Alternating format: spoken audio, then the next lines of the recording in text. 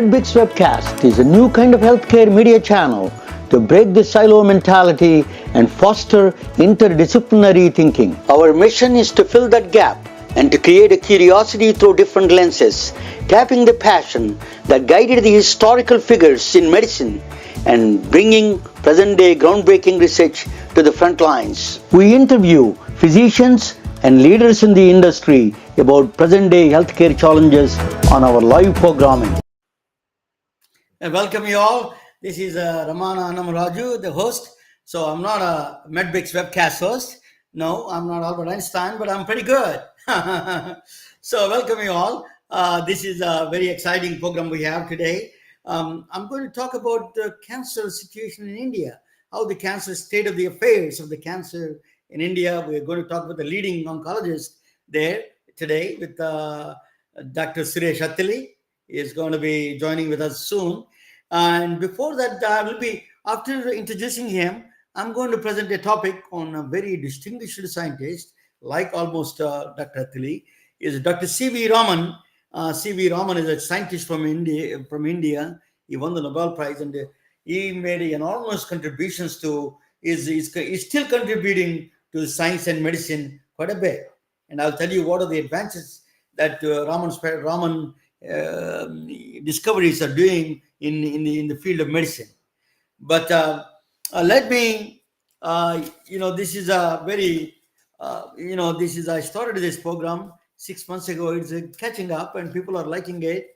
So it is a kind of a new kind of a way of doing things. I introduce different physicians and then introduce a different concept I introduce through the lens of physics, mathematics, and chemistry, arts, and technology. Then I introduce him back to the guest. We're going to this time. I'm going to do a little bit different. I'm going to at the end, after I finishing all the interviews, I'm going to introduce some music from a different parts of the world. It's related to why we belong to the same planet. We need to care about it. So it's a different music from different parts. And then I'm going to introduce a very interesting music introduction for you. She's a friend of mine, but I will introduce. I'm going to play that. Let me introduce you, Dr. Suresh Attili. He is from a continent hospital. He's an oncologist. He's a medical oncologist. He has a 408. He did a 480 bone marrow transplants. He did think about that. 6,000 cases annually. He looks at cancer cases in India. He published 268 academic publications, 6 textbooks. 9 is on the editorial board of the 9 journals.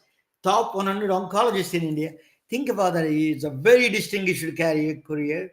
And let me bring him to the main stage. Welcome, Dr. Attili. Welcome to the MedBix webcast.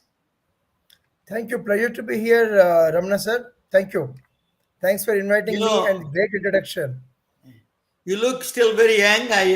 You have all the credentials, super excellent credentials you have. So a lot of people, we want to know in this country, a lot of NRIs, a lot of physicians, and a lot of other people, the state of the affairs in the cancer in India. So let us talk about the accessibility. So what is the cancer situation in India? Are there any new cases? Is it more prevalent in cancer or less prevalent or less diagnosis? What are the situation in India about the cancer detection and the treatment side? So let me split this question for convenience of answering into few parts. Number one, the landscape of cancer since I started my career in 2002, that is almost 21 years ago. So far, it changed significantly. More number of cases we are treating today. So I cause it, number one, probably better access to the diagnostics. Number two, the government schemes came to offer relatively free treatment. Number three, the number of oncologists have increased. When I was a student, there were 12 medical oncologist seats per India. Now we have 200. And when I came to Hyderabad, there are six practicing medical oncologists. Now 100 people are there. So more physicians are there, more number of hospitals are there. So the increased burden partly is contributed to the lifestyle and actual increase in numbers, partly because we are diagnosing more number of patients. Previously, they used to die without diagnosis, but we are treating, curing, and caring more number of patients. So the first part belongs to the enhanced diagnostics that led to increased numbers. So that's where India has seen significant change. And So the let me ask you about let me ask you yeah. about the enhanced diagnosis. So how many to diagnose one of the biggest instrument of, besides the pathology, you need to know molecular diagnostics. Then you need a PET CT scans. You have and CT and MRIs. You have enough of them for to address all the patients in the state in the country. So the picture is still not very perfect, but it is unevenly distributed. In Hyderabad, we have total 9 PET scans, but if you go 100 kilometers down to Warangal or Khammam, you hardly have any. So I think the access is there. The numbers are good in tier 3 cities. We have all molecular diagnostics, whatever best in the world, we have access to them, but only in the metro cities and high-end towns, but not in the rural areas. How many There is PET CTs in Hyderabad? How many PET CTs in Hyderabad? nine in the hospitals, four in the diagnostic centers, total 13. Not bad. So that is you're saying that there are reasonably enough number of oncologists, reasonable number of diagnostic equipment is there to take care of the population in India. That's a huge progress. When I left India, that was a very we are in the different state itself and your father's time. Um, Second question I have is the quality of the care. Is it standardized? Is the care is standardized across the India? Is there any board that standardizes the cancer care, or everybody has their own island treating their own way? The answer is again, the second part of your question is more appropriate. We have islands of treatment in India, and I can say bigger island is institutionalized, and smaller islands practice the way they want it. So institutes like Tata Memorial Hospital, All India Institute of Medical Sciences, large hospital chains, we follow the global guidelines like NCCP or we follow ASCO guidelines or ESMO guidelines. Each hospital will adopt its own guidelines and customize it for the Indian population. We have different genes, we have different environment. We can't apply this science of the Western world or the African countries to India. So as vice versa also. We have our own genes and climate and lifestyle, and it has to be adopted or personalized. That's what most of the institutes did.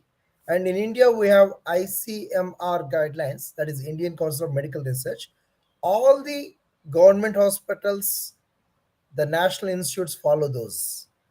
The private institutes still have their own whims and fancies, how they want to practice. Yes, I can say 80% standardized, 20% yet to come on board. Would they enforce these kind of thing in rigorous way, or the standardized boards? They do they enforce it? They come down and check and quality standards and everything. Do they check everything there, or is it left it to hospital itself? So it is predominantly voluntary in India as on now, and you can opt for something called NABH, National Accreditation Board for Hospitals, which is not specific to the oncology, but they focus more on patient safety, adherence to the internal protocols. It's not like I need to follow the protocol which ICMR says, but I need to define what I am following. So, yeah, there is a significant diversity or variation in the protocols from hospital to hospital, but it's predefined. I follow what I define in consensus with my other colleagues and experts. The Just a minute. I will ask you the second questions. I'm going to ask you affordability. what is people, how can the cancer is a very expensive process, expensive proposition, in fact, is one of the expensive diagnosis. How do they people can afford cancer care in India? What are the mechanisms available for them for the general overall population there? So again, the patient population is different across different. India is a very big country. You know it, right? Starting from the northeast to the southern India to the western India, we have different access, different types of cancers. If you go to the western northeast India, you have more of oral cancers, whereas in the southern India, we have more of gastric cancers. It's not uniform. So it's very difficult to answer the question in one word, but I can just bucket them into few things. One, those who are government employees, they have insurance from the governments. We call it a central government health scheme, retired army scheme. There are some 4 or 5 schemes are there. Private insurance players, that's again another 10%. Government employees 10%. So that makes 20%. And 15-20% are employment state insurance. That means those who are having 10 to 20,000 rupees salary per month. So there is a separate scheme for them. It's unlimited. So they get anything, government pays the cost. So I mean, if I have to translate, it's close to maybe $400 or $300 per month. Quite low income. Okay, those people government takes care. And those who are below poverty line, there are something like Ayushman Bharat. So that covers for free cancer treatment and diagnostics for 60% of the Indian population, around 55 to 60. You are left with 10% who belong nowhere. That's where the real struggle comes. They don't know and they don't know how to go, where to go, sort of thing. So that 10-15% still are deprived. It is any like a teachers union. Suppose, for example, it is a teachers union, uh, or some unions. They have their own kind of a pool of money. They do allocate for each one. Is there any system like that in India? In healthcare system, it is not. Okay. Previously it was, but in healthcare system it is not, because government has taken the responsibility. They deduct the money, and it is because it's like a government is forcing you, or it is taking the insurance premium from your salary. Okay. So yeah, it's something like that. So it's reasonably covered. Most of the 1.4 billion people in India are reasonably covered. They may not have a aggressive diagnosis process there, but screening process. But that is. I wanted to ask you the others. For the fifth one is the screening itself. How widespread or how not widespread at all the screening process in India? Screening is very very primitive. Let me tell you, that is the reason why, with so much efforts from the government and NGOs for free treatment, first of all, you need to get diagnosed, right? Correct. So people don't get diagnosed. I mean, so that's unfortunate part of it. They are in rural India, they don't know what are the cancer symptoms. Awareness is very, very, very bad. That's where the I mean, they think weight loss is okay, and change of voice is okay, bleeding per vaginum is okay, lumps in breast are okay. So for them, everything is okay, right? They don't have the sensitivity, or what we call as they don't seek the medical attention. So few NGOs are there who go reach out to the people. Recently, we also started using handheld devices, using artificial intelligence to screen the cancers, because very difficult to educate everyone. So if mission does half the job, and remaining half can be done by the expert. We have oral cancer screening devices, cervical cancer, which are the top two in India, by the way. Oral and head and neck is number one in India. Number two is breast. Number three is cervix. Is it So okay? Let me ask you the question on yeah. the oral cancer, the cancers. Is it what with your experience? Is it as you? I saw that one word. I loved it. That sentence. The genetics load the gun, and your lifestyle stop the triggering. It's very interesting. It's quote. What do you explain to that? And what kind of cancers are more prevalent in the different parts of the country? And then we'll talk about breast cancer a little bit. Right. So the prevalence of these cancers, is depending upon their lifestyles. In general, the patients of darker skin have tougher genes. Just to explain, I tell to my students like this. So, like accidents happen if you overspeed or if your brakes fail, right? And cancer is an accident. So the cell loses the growth. It keeps on going, going, going, and hits the wrong place. So the accelerating genes are proto-oncogenes. And India is blessed with less number of proto-oncogenes. Our genetics are stronger. Whereas the brakes, you have one leg brake and hand brake. So there are two tumor suppressor genes. India is not that fortunate in having very strong tumor suppressor gene controls compared to the Western world. So we have the problem on the gene side, if you look at that, and lifestyle is the culprit. Most of the people start tobacco at the age of 12 to 13 years. Imagine, teens. It still Teens, is a big problem with tobacco. major, major. Most of my patients in head and neck cancers, I see them in 25 years. They marry, they have 2 years kid, they come crying with a stage 3 cancer, stage 4 cancer. They feel, and tobacco, the palm, that colors it. So the Yeah. ulcer is very difficult to identify. Very, very unfortunate situation there. The oral cancer, which is number one, is misdiagnosed because the lifestyle, they eat tobacco, they smoke. Do I'm they so sorry. government? Yeah, I'm so sorry for deviating too much. No, no, no, much. That's very important. Is the Yeah. government is doing anything, raising taxes or raising the prices on the tobacco or raising the prices on the tobacco chewing the it kind of are they imposing some kind of restrictions on this process or they left it to the market? Yeah, government is doing its bit of increasing the taxes on tobacco, but it is pushing the people to poverty. They are not quitting the habit. So, So so it's a they're adding cultural the change. It addiction requires phase. it requires a Yeah, cultural change, a lot of very educational rightly cultural said. change. Very rightly said. Cultural change is the word. I really love that word. We want a cultural change to happen. It doesn't happen overnight, we know, but we need to keep on our efforts on, right? And so as the southern Indian population, still I belong to South India. I don't complete my meal without a pickle, and I know that my stomach is at risk of cancer. Okay, so the people from the cold part, that is northern part of the India, they eat a lot of raw or unprocessed peanuts. They have a lot of liver cancers, right? So it's very, very unique. The Punjab belt is at risk of gallbladder cancer. We are number two in the world in gallbladder cancer, still 2010, and we are number one in the world in 2020. What was the reason you think? What is what is the reason you Uh, think the prevalent of gallbladder cancer? So I told you the Punjab people, the northern part, Punjab, Haryana, and those people have a gene that predisposes that cannot control the cancer formation in the gallbladder. That's one reason, and lifestyle, very very important. You know.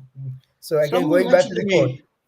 Someone mentioned to me the fertilizers. They use a lot of fertilizers in Punjab. That is triggering this mechanism of the gallbladder, the cancers more in Punjab. Is that contributing factor? You think? yes, definitely, undoubtedly, a lot of fertilizers cause not only gallbladder cancer, they also cause blood cancers.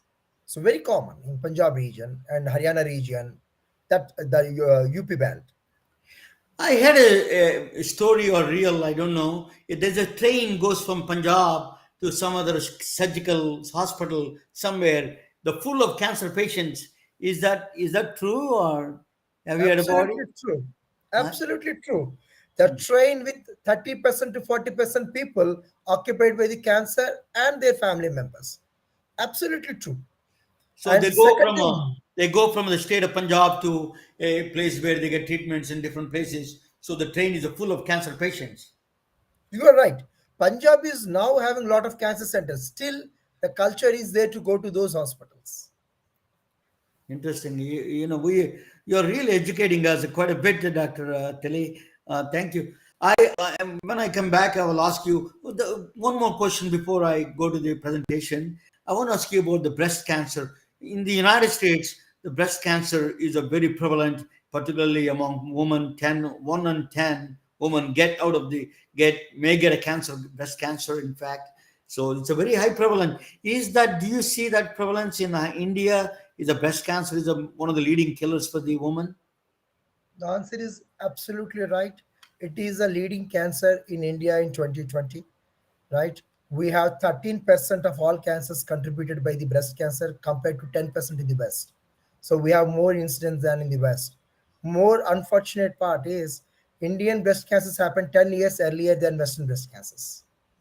So we develop earlier, we develop faster breast cancers. Biologically, they are bad, they happen early, they present at advanced stage, they are more prevalent. All of them, the odds are against the Indian subpopulation in terms of breast cancer part of it. But yeah, I mean, just to say that currently the mammogram is picking up well, and we are, I can say, having more screening happening at a rural area that is partially protective. So there was a myth that India doesn't have too many breast cancer. That's a myth, basically. Is that they can all the diseases are always equally distributed around the world. Right, Right? right. Yes. Yeah, absolutely right. It's a myth. It's absolute myth. We do have a lot of breast cancers. Thank you so much. Just to stay on the line, and I'll present to the CV Raman thing. After that, I will come back and ask you about your role in the Continental Hospital. What do you do, day to day job, and how do they get in touch with you in case NRIs come to India or any other thing? They can. What is your services up there? Just let me present to the cancer. Me and you are going to watch together Sure. on the sidelines. Oh, just a minute. Okay. So I'm going to present to CV Raman. This is a so what is a Raman is a scientist from India. His application in healthcare. I'm going to talk about drug discovery side, cancer diagnostics, nanomedicine, clinical biology, forensics. These are all his contributions coming to light. He was an he was died in 1970. Still, his contributions still coming up now. It is a state of the art contributions. That is a so before this, let me get back to the CV Raman. I want to talk about a show in the United States in 1990. I used to watch the show. Are you smarter than a fifth grader? There's a show. It's called Why Sky is Blue. Either your kids will ask you, usually if your son or daughter will ask you, why dad, why sky is blue? Why sunset is red? Is that this kind of questions? It looks very trivial, but the answers could be very complex. So that is a Jeff Foxworthy is a host, is a comedian. He used to be making fun of all these older people who cannot even answer. The fifth graders were answering better than adults. So that was a great show. So these are the questions they used to ask. The kids ask all these questions, but the answers are as not as simple as people think. Is the reason the sky is blue is this scholar Lord Riley from England. He gave explanation to that. Why? Because the electromagnetic spectrum of the sun has a white light. That was actually explained by Newton itself. They go into the seven colors. White light is a combination of seven colors. So, but when it hits the Earth's atmosphere, what it is a blue in the visible spectrum. Just a part of the visible spectrum. I'm not talking about X-rays, gamma rays, or ultraviolet rays. Just the things that we can see in that spectrum. The blue light.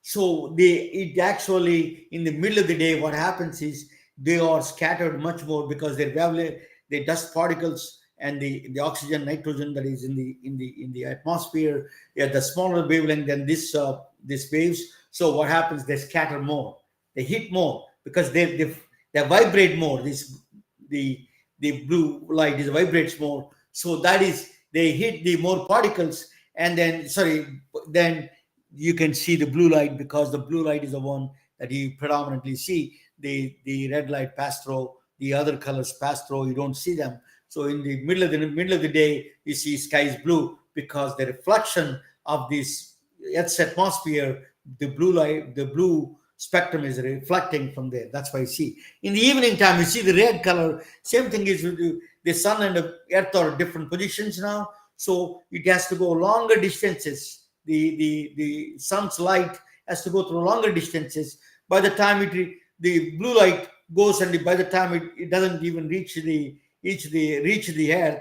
So, but the red light reaches the earth. That's what you see. That you see in the evening time. That's called a Lord Rayleigh. Is aristocratic family from a royal family from Prince Charles family. Lord Rayleigh. He discovered it. He's a physicist. Fortunately, I'm a physicist, and Dr. Attili's father is a physicist from my home, close to my hometown. Probably he was my teacher. I don't know. He was a junior lecturer probably. He's not that much older than me, but So his late father was a physics lecturer. I can see why he's so smart. So the reflections of the sky. So one day there is C.V. Raman, the scientist, is going from India to England. He is coming from England. He attended a science congress and then coming back to. At the time we are under the British rule. Remember, we are under the British rule. So he's coming back to India by ship. Then they know why they were thinking until that is why Washington is a blue, because it is reflecting the sky. That is not true. What C.V. Raman realized, it is different than that explanation. It is not the reflection of the sky, the light itself interacting with the ocean, and the blue light is coming out, and then the other light passing through. So that is, if you go actually deeper into the ocean, you see much more deeper blue colors, much deep dark blue you can see. So it is not the reflection of the sky, it is interaction of the light with the matter, light with the water. That is what is causing the ocean blue. But he found something different. It's called Raman scattering. 1 in 1 million photons, what it does, they interact with the matter itself. Light and matter interact. 1 in 1 million photons. They interact each other. And then some of them are, when they reflect, most of the time they reflect. They don't do anything. So that's why when you see in the mirror, you see directly yourself, because all of the light is reflected back. But 1 in 1 million photons interact with the matter itself. Either it gains the energy or loses the energy and reflects back. It gives you a reflection back. So Raman spectroscopy, Raman scattering was he discovered. They said that 1 in 1 million photons, that they interact with the matter itself, and they give you either it gains the energy or it loses the energy, that reflected matter. So that's what he reflected light either gains energy or loses the energy. That is the Raman effect. That's called a Raman discovery. Raman, that's a different name to it. It is called a Raman scattering. But I'm going to play. So when he discovered that, he submitted his proposal. Immediately, Robert Wood from Johns Hopkins is a famous physicist. Robert Wood, he immediately validated the Raman spectroscopy, Raman scattering, and then they awarded him Nobel Prize. Raman was awarded Nobel Prize in 1930. So he was awarded in 1930. Let me show you some video of him. I'm going to play video. Okay, so I'm going to put.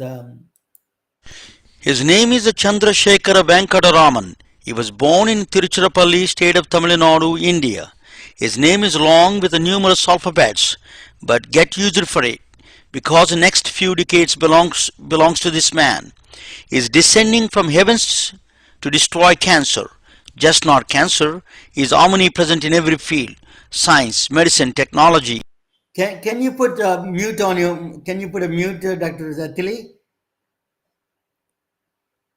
Yeah. I'm on mute already. Oh, thank you. That's good enough. Thank you so much. And even theology. Welcome to the world of Raman gadgets. Raman probe. Point Raman probe to anyone and just click flash, just as you do on your phone. It gives instant result that person has a cancer or not. No elaborate testing, no other diagnostic testing required. Cancer detection in seconds. Raman pan. Raman pen, point and click at the finger and tell you the blood sugar levels instant. No more shedding of blood drops by millions of diabetic patients. Raman scanner. Just place your hand gently on the Formanex Raman scanner. It gives you the fruit and vegetable intake and in correlation with the antioxidant activity in your body.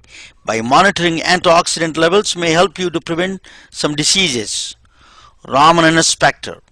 Raman inspector and a handheld instrument is an invaluable tool for law enforcement.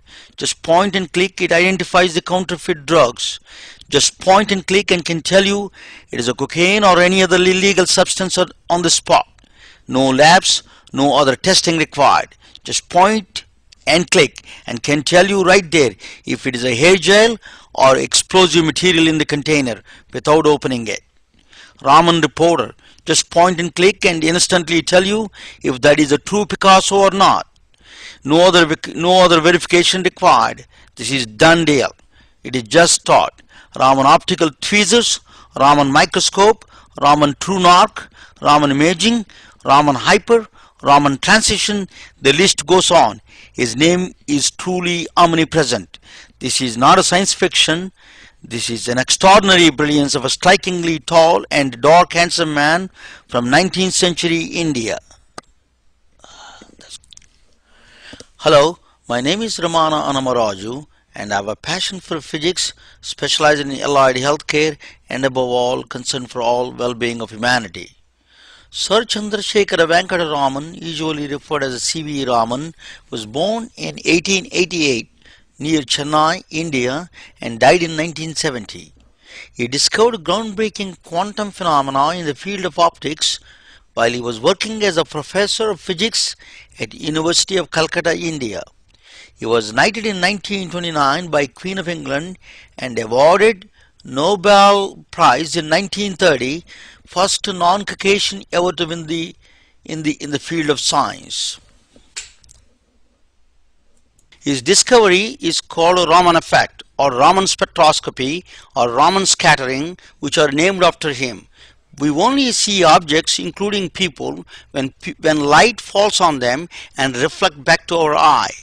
But once in a while, the reflected light also gives stunning details about the molecular and atomic structure of the reflected matter, like a rotational and vibrational energies of the molecules or atoms. This unique reflection was discovered by C.V. Raman and it is referred as a Raman scattering, along with few other names. With humans, Raman scattering gives exquisite details about the cell structure and its function like no other modality we ever seen before. Raman effect is the only way you can identify rotten apple from real ones without touching, smelling or cutting. This non-destructive method is unique to Raman discovery, so thus makes an invaluable tool in the field of medical diagnostics without exposure to any radiation. A perfect tool for law enforcement without opening containers to check for explosives. A perfect method to check the authenticity of the age-old art without using any chemicals. Raman scattering analyzes vibrational and rotational spectra of the target material by using a non-destructive method. Cancer. At present, one of the most advanced methods of detecting cancer is through positron emission tomography, referred as a PET scan. This highly expensive and complicated equipment occupies 10,000 square foot office building or placed on 18-wheelers. The average cost for this procedure is around $4,000. Imagine exam that combines into a single scan the diagnostic imaging power of 10 PET studies, each measuring an essential dimension of cancer's aggressiveness, metastatic potential, and susceptibility to the radio and chemotherapy at the cost less than $25. Raman spectrometer, handheld Raman spectrometer can deliver that punch with a style. By attaching gold nanoparticles to the cancer cells, Raman spectrometer hunts every one of the cancer cells, identifies them and kills them with a nano-heated guided missiles. Well-respected magazine Diagnostic Imaging describes Raman spectroscopy, a quantum physics technique puts all preceding medical imaging modalities to shame. Raman, the cancer avenger, descended from heavens to rescue mankind from this fatal disease. Raman puts cancer detection is at our fingertips, figuratively and literally. C.V. Raman may be Hindu, but his discovery recanted the rituals in the church that happened centuries ago during early Christianity with stunning details. Santorio delle Peregrina, 13th century historical church sitting near beautiful Cantabrian mountains in Spain. The church completely lost its original Romanesque mudéjar brick architecture through centuries of rituals and tourism. It is impossible to recreate the original architecture with all its colors and beauty since there was no historical data available. Raman spectroscopy came as a surprise savior for the church.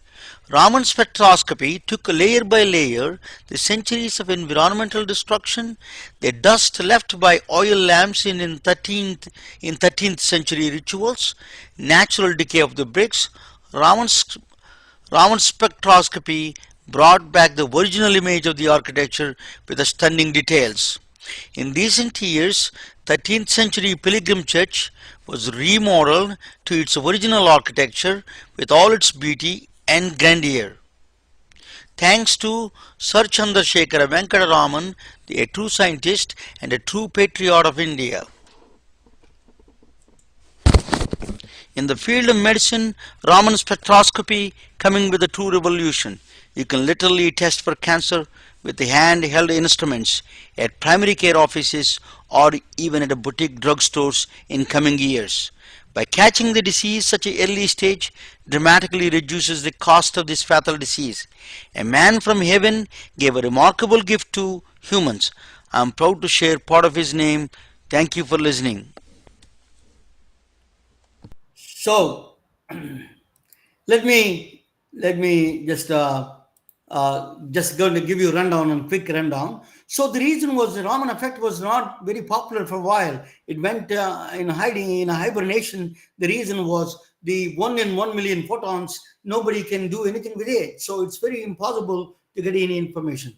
After the invention of the lasers in 1960, the Bell Labs was invented the lasers. After that, Raman effect came to the light. That's they could use the laser is a light amplification by stimulated emission of radiation, that is amplifying the light, so that you could use ultraviolet amplify the ultraviolet rays. You can use that, and those kind of things they use, and to get the Raman effect much more, so they can extract the more information about the Raman spectroscopy, the vibrational rotational spectrums. So the lasers helped us to give the Raman spectroscopy a boost.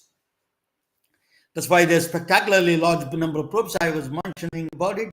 They work on the vibrational rotational spectrum of the molecules. So when the light falls on you, the laser beam falls on you, our cells vibrate. That vibrational spectrum you can tell when compared to the normal cell and the of the diseased cell. You compare the vibrational spectrum and see which one is it is a sick or not. So that's why you can detect cancer without opening surgeries and all those things. You don't need a PET CT scan. Eventually, that is our goal. So actually, there was a woman, it's a friend, Mary Lou Jepson from Silicon Valley. She's developing a MRI kind of thing that she can look at it, all the MRI quality images through a headband, basically. So it is coming in soon from Silicon Valley. So Raman effect is one in one. That's the reason that was a little bit difficult. Actually, Raman probe now they are using it in John Hopkins. You can use that pan while you're doing surgery to how to detect cancers. Particularly, we can ask Dr. Attili. So those cancers are very hard to operate. Some of the inoperable cancers. So now we can detect and see, and then you can guide it through this Raman probe they're using in. So Dr. Henry Brem is a professor of neurosurgery. He talked about Dr. C.V. Raman effect. Now, there's a now COVID-19 rapid testing. So that's there you're trying to use the Raman effect as a simple instrument. You spit on a tube, and then then take a picture, and then that's it. You can take this. They put on the aluminum foil kind of a slide and then put it there inside, and it tells you whether they have a COVID or not, because it is checking the vibrational rotational spectrum. One of Even a simple very least number of molecules is enough for to detect COVID. Surface, they use a surface enhanced Raman scattering. It's a very popular field. Surface enhanced scattering is so aluminum foil is, sometimes they use a gold plate, all those things. So there is a aluminum foil, aluminum surface, or the gold surface they use. So that is a surface enhanced Raman spectroscopy, they call. Itself is own field actually.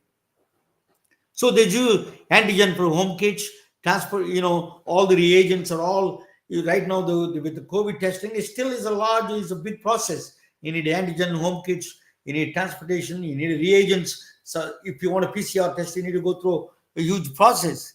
So Raman spectroscopy is instant and it is correct. So that's so breast cancer is another one. Biochemical changes, you can vibrational spectrum can detect the biochemical changes very easily. So the Raman, they're using a spectroscopy. So they wanted to use this some kind of a vibrational spectrum, maybe infrared camera they can attach to the iPhone or some simple system. They use it can detect the cancers. That's on the future in making. They're working on it. So Raman, counterfeit drugs, you can tell in India we have a lot of counterfeit drugs. That's a big problem. So you can take a Raman's thing, you can check the particularly diabetic medicines. We can ask Dr. Attili, I don't know much about India. India's the problem about counterfeit drugs in the United States is tough, but in other countries there's a lot of counterfeit drugs. In fact, one company was a big company was fined recently. They send their counterfeit drugs to the amoxicillin to children in Rwanda, even though it's a small companies, but India is a big country. So there are several companies are there, one or two companies, they do that. But now we have an instrument to check it, whether it's a counterfeit or not, through the library of molecules, whether it contains the real or some fake medicine they have.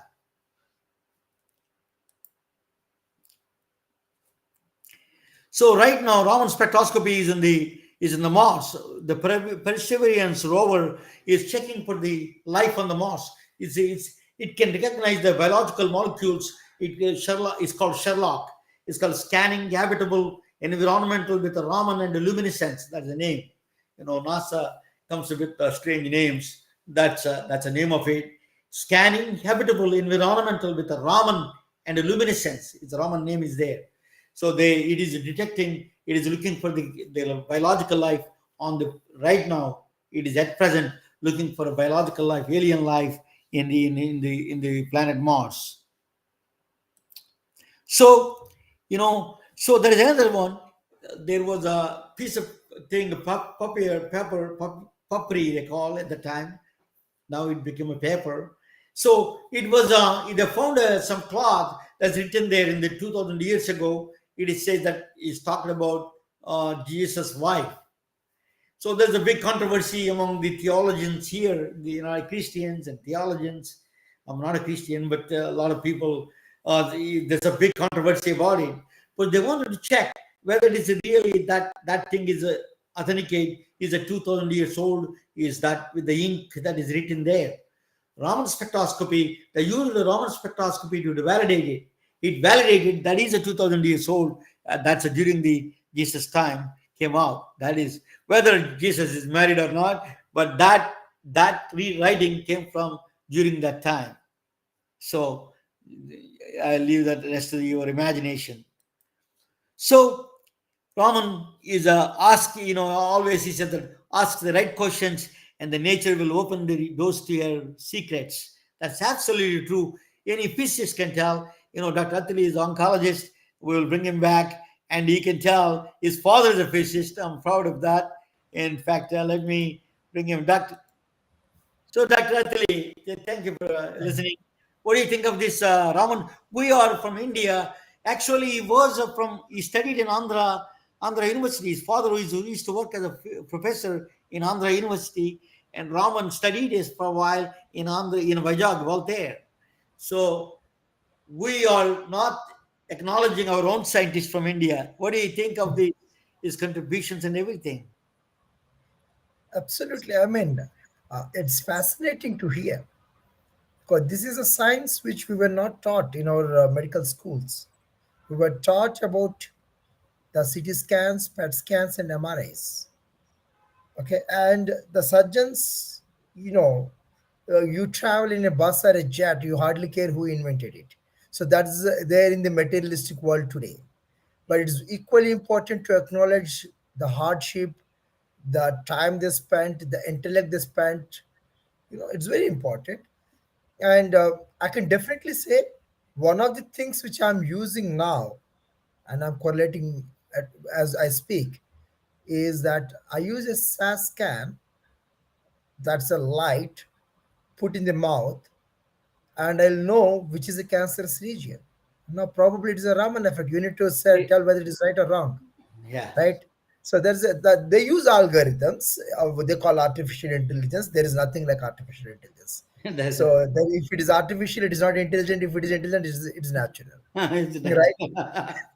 Right. So so but yes, I do use it. I do use equipment, a special wavelength of light which illuminates the cancer cells because they have a different DNA. Probably it's a Raman effect. I don't know whether it's a scatter or a pass through. I left physics in Yeah, 1990. It's yeah. 33 years. I still have some basics, but not as professional as you. Yeah, no. So So, I went into healthcare. I'm not a doctor, but I've spent a lot of time in healthcare industry. But so actually, that's more is important is inspiration. What caused them to right. invent these things with the limited resources? That is the more important. So that's why once you acknowledge that, we get the same inspiration. Hey, we don't need to have $1 billion to invent or discover something. You can have with the limited resources. You can always. We need the money, of course, but it's also same time you can discover a lot of things with the limited resources with a good mind. That's what the Indians did in this country and India in India those old days. With the limited resources. So that. Dr. Attili, tell me about your background a little bit. So you're oncologist, you're practicing right now, and you also teach you're practicing which hospital? I do practice in continental hospitals and I do teach also. I'm a board of medical oncology in the National Board of Examination in Government of India. So I do decide or help in deciding the curriculum, what to be taught and then how to be taught. Probably definitely I'll take some cues from what the interaction that we have today. Absolutely. We need to go back to basics sometimes, at least one day in 3 years of curriculum, at least, right? Yes. So that's where I practice. My interests are predominantly into hemato-oncology, colon, and breast. So this is where I subspecialize. So if India needs what? If I ask you a question, if India needs help in the cancer arena, what are the things you think any other people can help to India to progress in healthcare awareness, cancer awareness, or cancer detection or cancer treatment? What are the things needed from other countries, like advanced countries like United States, besides money? And what else you need? What are the things you think will help in India? So predominantly, I can say people should come out of these bad lifestyles, use of less pesticides. We can't get rid of those things. So it's more of a population movement that has to happen at this. This is, I think we are already late in terms of adopting the good lifestyle. We are at least 2 decades late, right? So even if you don't act now, it's more dangerous than global warming sort of thing. So we should focus more on health education, awareness. That's very important, but that's a long-term goal. Short-term goal, I always say that we need to have point of care diagnostics. I don't want a PET scan to go to Tanuku or Attili or some other village and then just, I can't afford it, honestly. Yeah, So correct. I need to have something like this, Yeah. right? A mobile phone, okay? And I should be able to tell. I need not diagnose. I should triage. That's it. you are looking like a cancer, remaining things that the hospitals do. So screening tests are not confirmatory tests. Screening Do you, tests only triage. do you see more and more young people are getting cancers? Even in the United States, recently there was article in CNN. There's young people are getting cancers here in the United States. Is it happening in India also? You see more and more young people are getting cancer. Yes, two reasons. We have access to bad lifestyle much earlier now. Sedentary lifestyle, tobacco consumption, and other things. So we are seeing a lot of younger patients. And second, nature has cursed us with a element called genetic anticipation. So if your father had diabetes at 80, you develop at 75. Your son developed at 70, grandson at 65. So the diseases happen much earlier because there is a attrition that happens in the genes. We call it a telomere. Different names are there. Let's not go into the names. But yeah, genetic anticipation along with bad lifestyle adoption and early, I say, 1980 figures, the median age of cancer in India was 50s. Now it is 38, 12 years So younger. So if there are two requirements, is like one is a huge nutritional change, cultural change in the lifestyle, which is the what the kind of foods they eat, and then particularly these computer programmers, they need a little bit of exercise and all those things. So they're sitting in front of the desktop like me or laptop like me. So that's kind of the lifestyle has to be changed. And then second thing is point of care diagnostics. These two things will help India into the next level. That's what you're saying, right? Yeah. Yes, Dr. absolutely. Slightly put. What is your email? Email they want to reach you, Dr. Suresh. Anybody wants to reach your email? What is your email? It's Attili VSS, ATTILI at the rate gmail.com. You can reach out to my personal ID or you can reach out to suresh.avs at continentalhospitals.com. Either ways. So you're in a Continental Hospital. People can easily Yeah. find you. Thank you. It's a truly an honor, sir, to talk with you. It's a extra additional privilege for me to talk with the son of a physicist. That is more, and a oncologist on the top of it. It is a really truly privilege. It's an honor for me. Thank you, sir. Pleasure is mine, sir. Pleasure Yeah, is mine. Honor is mine. Thank you very much, Raman. hold on. So, I'm talking about a little bit about guys. Just 1 second. I'm going to talk about the planet is we have this planet, very precious planet, as you say. At the end of the day, all the pesticides, all this culture, nutritional things, all these things, yet planet has to produce. We need to take care of this planet. So one of the things that it does unify all of us is the music. So there was a woman, her name is, I'm going to introduce you to you a little bit, and I'm a fan of her. I'm also, let me just 1 second. I'm going to bring it. Her name is Sushila Raman. Think about that. What background she has? A very strange combination of background she has. She's a Brahmin from. Her parents are from Brahmins of South India, Southern India. She came from the same state as C.V. Raman. Her name is also has a Raman in her name. My name is Ramana. A little bit, one more additional letter. So she is actually born in England, I think, and then grew up in Australia and back to England. She was an international star. Most of the life she spent in England and Australia. She was a Hindu, and she did a Sufi music, Islamic music. She adopted it, and she mastered that Sufi music and converted the music into Hindu God music, Hindu music. She did. So she added some West African influence in this one.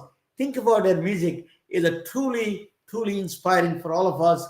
Now onwards, I'm going to present every time I present something, I'm going to do something music so inspired to all of us. Let me let me bring that music to you guys. Just give me 1 second. I'm going to um, bring that. I'm going to play. Thank you for watching that. Let me play her music. It is a fascinating music. She's same state as from C.V. Raman, and she deserves a Nobel Prize for that kind of music to come up with that kind of combination. She's way ahead of her times that I can see. So let me play her music and say,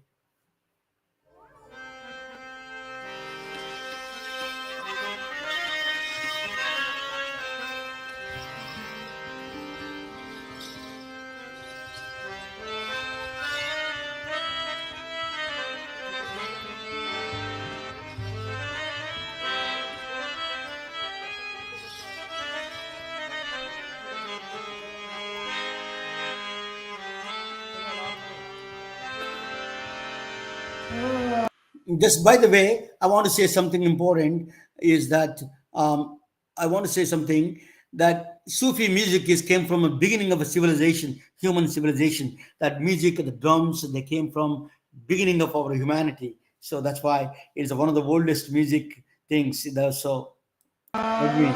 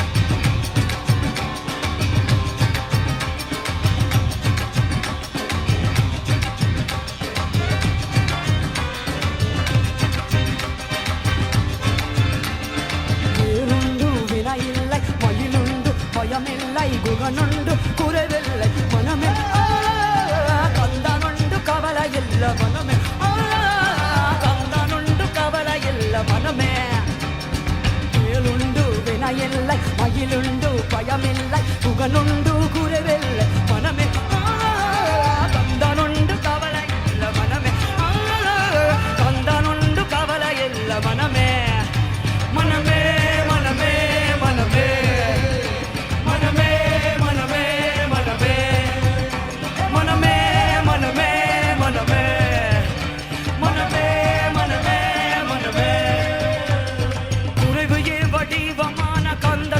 தெய்வமே உன் காலடிய காணவே நான் வந்தேன் குறைவு ஏன் வடிவமான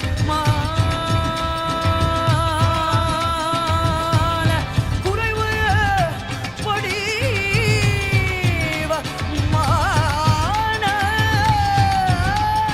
குறைவையே வடிவமான கந்த சுவாமி தெய்வமே உன் காலடிய காணவே நான் வந்தேன் சுழுங்கோ வேலுண்டு வினையில்லை கையிலுண்டு பயமில்லை குகனுண்டு குறைவில்லை மனமே கந்தனுண்டு கவலை இல்ல மனமே கந்தனுண்டு கவலை இல்ல மனமே மனமே மனமே மனமே மனமே